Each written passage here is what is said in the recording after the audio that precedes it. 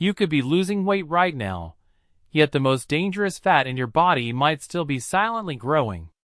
You can lose a lot of weight and still be carrying the most dangerous fat in your body. That realization unsettled me the first time I truly understood it. Because like most people, I grew up believing a very simple rule. If the number on the scale goes down, your health must be improving.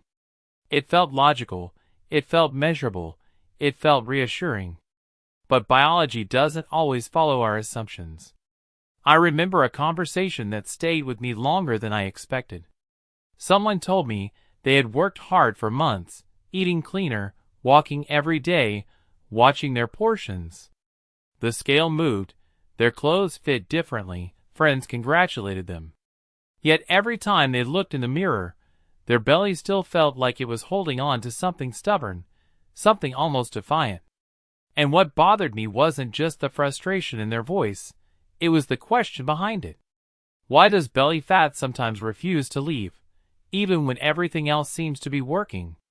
That question started to follow me around, not in a dramatic way, but in a quiet, persistent way, the kind of curiosity that keeps returning when you're reading late at night or scrolling through research articles you didn't plan to open. I began to notice that this wasn't an isolated story. It was happening everywhere. People were doing the right things, yet the part of their body they feared most remained unchanged. So I turned to biology, not for quick answers, but for understanding. And that's when the picture became both clearer and more unsettling. What we casually call belly fat is not always the fat you can pinch under your skin. There is another kind of fat, hidden deeper inside the body, packed tightly around the organs that keep us alive, the liver, the pancreas, the intestines. Scientists call it visceral fat. It doesn't just sit there quietly, it communicates. It releases signals. It changes the way the body manages energy, hormones, and inflammation. In other words, this fat is not simply a storage problem.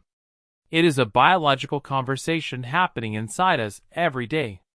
And once I understood that, I couldn't stop wondering about something even more important. If this hidden fat is sending signals that slowly push the body toward disease, what signals could persuade it to disappear? That question led me somewhere unexpected, because the more I looked into biology, the more I realized visceral fat isn't just something that appears, it's something the body deliberately creates. At first, that idea felt uncomfortable to accept. We tend to think of belly fat as an enemy, something that shows up when we make mistakes. But biology rarely works in terms of punishment. It works in terms of protection. The body is always trying to solve a problem, even when the solution doesn't look the way we want it to. What I began to see was that visceral fat forms when the body senses a pattern it doesn't trust: repeated energy surplus, constant stress, irregular sleep, long periods of sitting, and meals that arrive faster than energy is being used. Over time, these signals accumulate. Blood sugar rises more often. Insulin stays elevated longer. Cells become less responsive.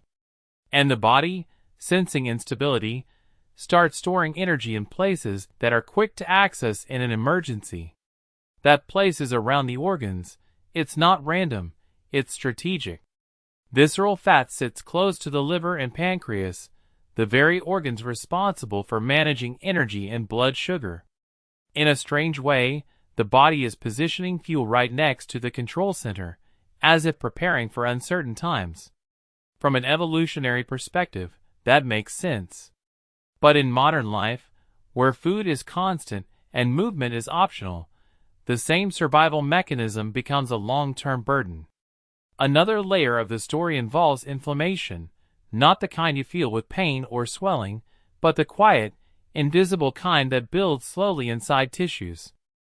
When the body is exposed to excess energy and chronic stress, cells begin producing unstable molecules known as free radicals. These molecules damage cellular structures and trigger alarm signals. And one of the ways the body responds to those signals is by storing more fat as a buffer. That realization changed the way I interpret belly fat completely. It is not simply a sign that something has gone wrong. It is a sign that the body is trying to adapt. And if visceral fat is the body's response to repeated signals of stress and excess, then the next logical question becomes almost impossible to ignore. What signals could calm that system down and tell the body it is finally safe to let that fat go? That question kept circling in my mind, and slowly I began to realize that the answer might not start in a laboratory or a gym, but on something much more ordinary: the food sitting on our plate every single day. For a long time, I thought of food in the simplest possible way: calories in, calories out. If you eat less, you lose weight. If you eat more, you gain weight. It sounded neat and mathematical. But the deeper I went into biology, the more that equation began to feel incomplete. Because the body doesn't just count calories. It listens to signals. And some of the most powerful signals come from color. I remember reading about compounds called carotenoids, the natural pigments that give vegetables their bright shades: the deep orange of carrots, the rich red of tomatoes, the dark green of spinach. At first, that detail seemed almost cosmetic, like something designed to make food look appealing. But biologically, those colors represent molecules that interact directly with our cells. Carotenoids act as antioxidants, which means they help neutralize the unstable molecules that build up when the body is under stress. When those molecules accumulate, they create a kind of internal tension that pushes the body toward inflammation and fat storage. But when antioxidant signals increase, that tension begins to ease. The environment inside the body becomes calmer, more stable, more willing to release stored energy instead of holding onto it.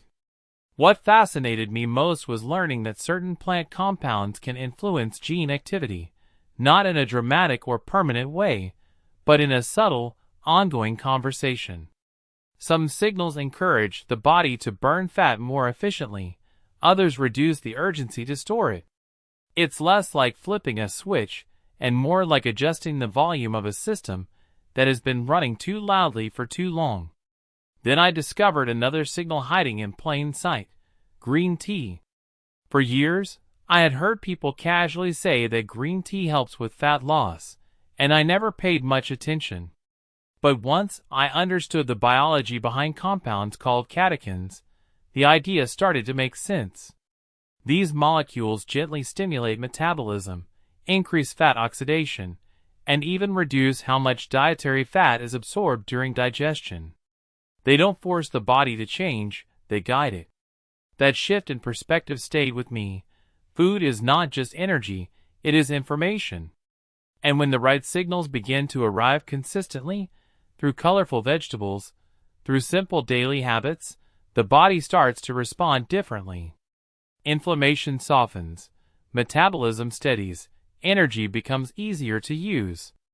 And that's when another realization began to take shape in my mind.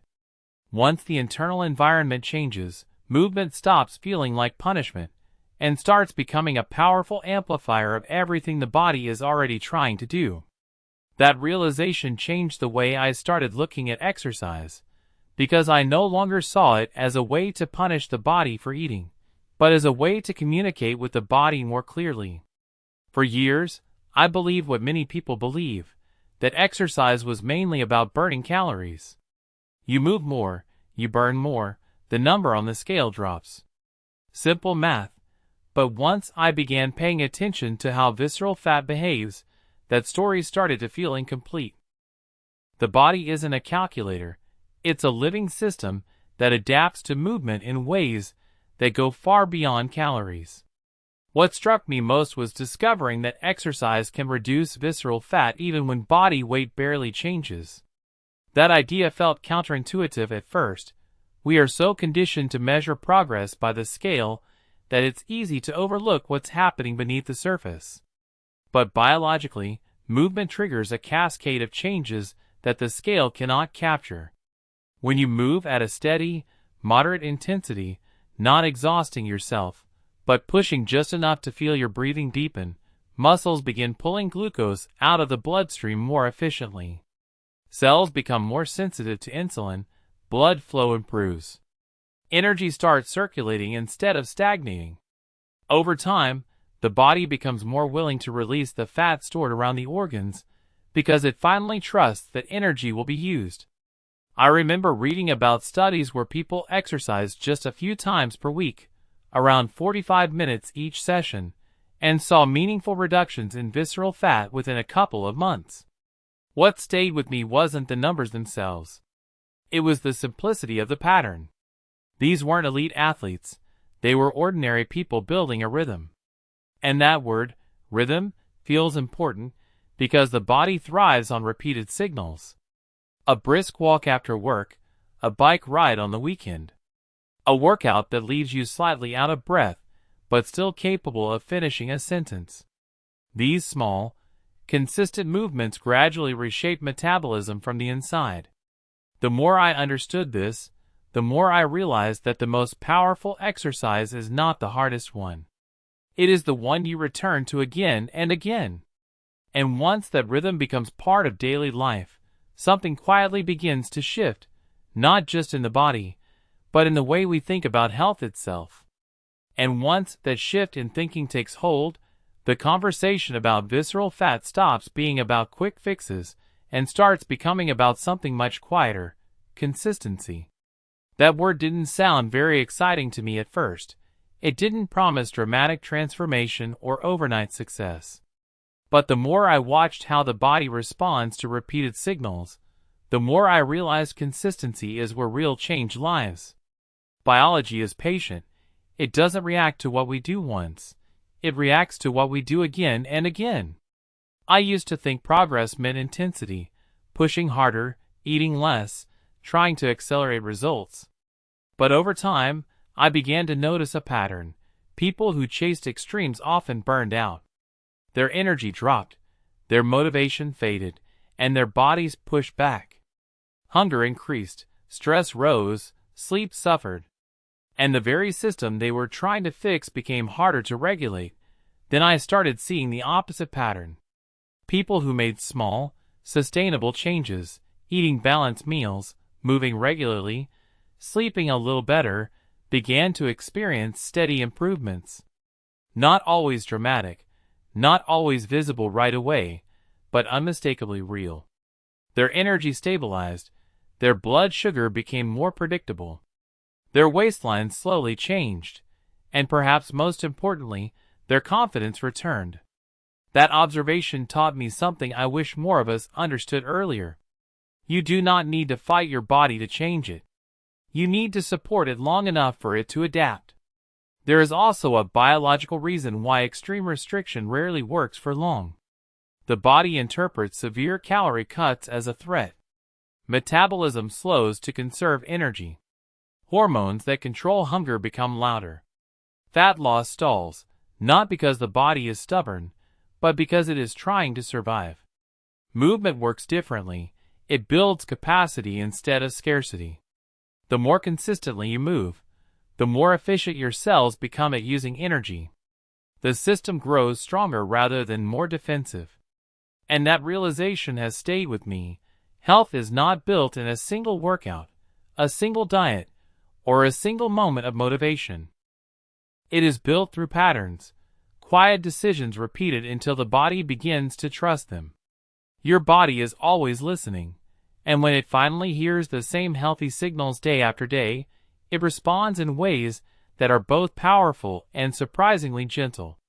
In the end, the biggest lesson I have learned from studying visceral fat is that the body is not our enemy, it is our messenger. It responds to patterns, not promises. Small, steady habits send signals of safety, stability, and balance. When we nourish the body with colorful foods, move with intention, and stay consistent even when results feel slow, biology begins to work with us instead of against us. The real transformation doesn't come from extreme effort. It comes from daily choices repeated long enough for the body to trust them.